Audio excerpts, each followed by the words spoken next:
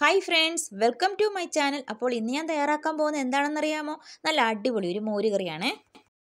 മോരുകറി ഉണ്ടാക്കുമ്പോൾ പിരിഞ്ഞു പോകാതിരിക്കുന്നതിനുള്ള ഒരു സൂത്രം ഞാൻ പറയുന്നുണ്ട്. അപ്പോൾ വീഡിയോ മുഴുവനായിട്ടും കാണണം. ഞാനിവിടെ 1/4 സ്പൂൺ ജീരകവും 1 പച്ചമുളകും 2 അല്ലി വെളുത്തുള്ളിയും 1 ചെറിയ കഷ്ണം ഇഞ്ചി ഒന്ന് കട്ട് ചെയ്തെടുത്തിട്ടുണ്ട്. 3 ടേബിൾ സ്പൂൺ തേങ്ങയും കൂടി ചേർത്ത് കൊടുത്തിട്ട് നന്നായിട്ട് ഇതൊന്ന് അരച്ചെടുക്കണം. കറിവേപ്പില നമുക്ക് താളിക്കുന്നതിന് വേണ്ടി എടുത്താൽ മതിയാകും. അപ്പോൾ ഇതൊന്ന് അരച്ചെടുക്കാം. അരക്കപ്പ് നല്ല കട്ട തൈരാണ് ഞാനിവിടെ മോര് കാച്ചുന്നതിന് വേണ്ടി എടുത്തിരിക്കുന്നത്. തേങ്ങ അരയ്ക്കുമ്പോൾ ഇതിലേക്ക് 1/4 സ്പൂൺ മഞ്ഞൾപ്പൊടിയും കൂടി ചേർത്ത് കൊടുത്ത് നന്നായിട്ടൊന്ന് അരച്ചെടുക്കണം. ഈ അരപ്പിലേക്ക് നമ്മൾ നേരത്തെ എടുത്ത് വെച്ചിരിക്കുന്ന തൈരും കൂടി ചേർത്ത് കൊടുത്ത് നന്നായിട്ടൊന്ന് കറക്കിയെടുക്കണം. ഒരുപാടിട്ട് അരച്ചെടുക്കേണ്ട ആവശ്യമൊന്നുമില്ല. ഈ ഒരു രീതിക്ക് എടുത്താൽ മതി. അപ്പോൾ തൈരൊക്കെ നന്നായിട്ട് ഉടഞ്ഞു കിട്ടും. അതിനുവേണ്ടിയാണ് ഇങ്ങനെ ചെയ്യുന്നത്. ഒരു കടായി അടുപ്പിലേക്ക് വെച്ച് കൊടുത്തിട്ടുണ്ട്. ഇതിലേക്ക് ആവശ്യത്തിനുള്ള എണ്ണയും 1/2 സ്പൂൺ കടുകും 1/4 സ്പൂൺ ഉലുവയുമാണ് ഞാനിവിടെ ചേർത്ത് കൊടുത്തിരിക്കുന്നത്. കടുകൊക്കെ ഒന്ന് പൊട്ടി വന്നതിന് ശേഷം ഇതിലേക്ക് കൊച്ചുള്ളി അരിഞ്ഞതുകൂടി ചേർത്ത് കൊടുക്കുക. ഇതിലേക്ക് 3-4 വറ്റൽമുളകും ആവശ്യത്തിനുള്ള കറിവേപ്പിലയും കൂടി നമുക്ക് ചേർത്ത് കൊടുക്കണം. എന്നിട്ട് ഇത് നന്നായിട്ടൊന്ന് മൂപ്പിച്ചെടുക്കണം. ഞാൻ വീഡിയോ സ്റ്റാർട്ട് ചെയ്തപ്പോൾ പറഞ്ഞായിരുന്നു മോര് കാച്ചുമ്പോൾ പിരിഞ്ഞു പോകാതിരിക്കുന്നതിനുള്ളൊരു സൂത്രം പറഞ്ഞു തരാമെന്ന്. അപ്പോൾ അത് ഈ ഒരു സമയത്താണ് നമുക്ക് ചെയ്യേണ്ടത്.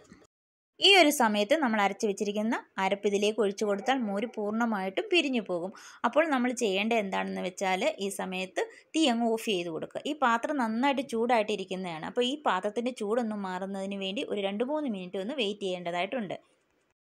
ഇപ്പോൾ ഈ പാത്രത്തിൻ്റെ ചൂടൊക്കെ നന്നായി മാറി കിട്ടിയിട്ടുണ്ട്. ഇനിയുമാണ് നമ്മൾക്ക് അരച്ച് വെച്ചിരിക്കുന്ന അരപ്പ് ചേർത്ത് കൊടുക്കാൻ. ഇങ്ങനെ ചേർക്കുകയാണെങ്കിൽ ഒരിക്കലും മോര് പിരിഞ്ഞു പോകത്തില്ല കേട്ടോ.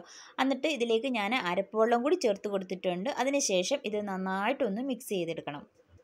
ഞാനിവിടെ സ്റ്റൗ ഒന്നും കൂടി കത്തിച്ച് കൊടുക്കുന്നുണ്ട്. ഈ അരപ്പിൻ്റെ പച്ചച്ചുവയൊക്കെ ഒന്ന് മാറി കിട്ടണമല്ലോ. അതിനുവേണ്ടി ചെറിയ തീയിൽ ഇട്ട് നമുക്കിതൊന്ന് ചെറുതായിട്ട് ചൂടാക്കിയെടുക്കണം. നന്നായിട്ട് ചൂടായി എന്ന് തോന്നിക്കഴിഞ്ഞാൽ ഉടൻ തന്നെ നമുക്ക് ഗ്യാസ് സ്റ്റൗ ഓഫ് ചെയ്ത് കൊടുക്കണം. ഞാനിതിലേക്ക് ഉപ്പൊന്നും ചേർത്ത് കൊടുത്തിട്ടില്ല. അപ്പോൾ തീ ഓഫ് ചെയ്ത് കൊടുത്തതിന് ശേഷം വേണം നമുക്കിതിലേക്ക് ഉപ്പ് ചേർത്ത് കൊടുക്കാനായിട്ട്. എന്നിട്ട് നന്നായിട്ട് ഇതൊന്ന് മിക്സ് ചെയ്തെടുക്കുക. അപ്പോൾ പിരിഞ്ഞു പോകാതെ നന്നായിട്ട് തന്നെ മോരുകറി കിട്ടിയിട്ടുണ്ട്. ഇനി ഇത് നമുക്ക് വേറൊരു പാത്രത്തിലേക്ക് മാറ്റി കൊടുക്കാം.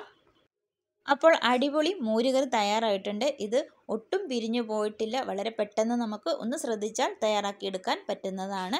അപ്പോൾ വീഡിയോ ഇഷ്ടപ്പെട്ടാൽ ലൈക്ക് ചെയ്യാനും ഷെയർ ചെയ്യാനും മറക്കരുത്. ചാനലൊന്ന് സബ്സ്ക്രൈബ് ചെയ്ത് സപ്പോർട്ട് ചെയ്യുകയും കൂടി വേണം. താങ്ക്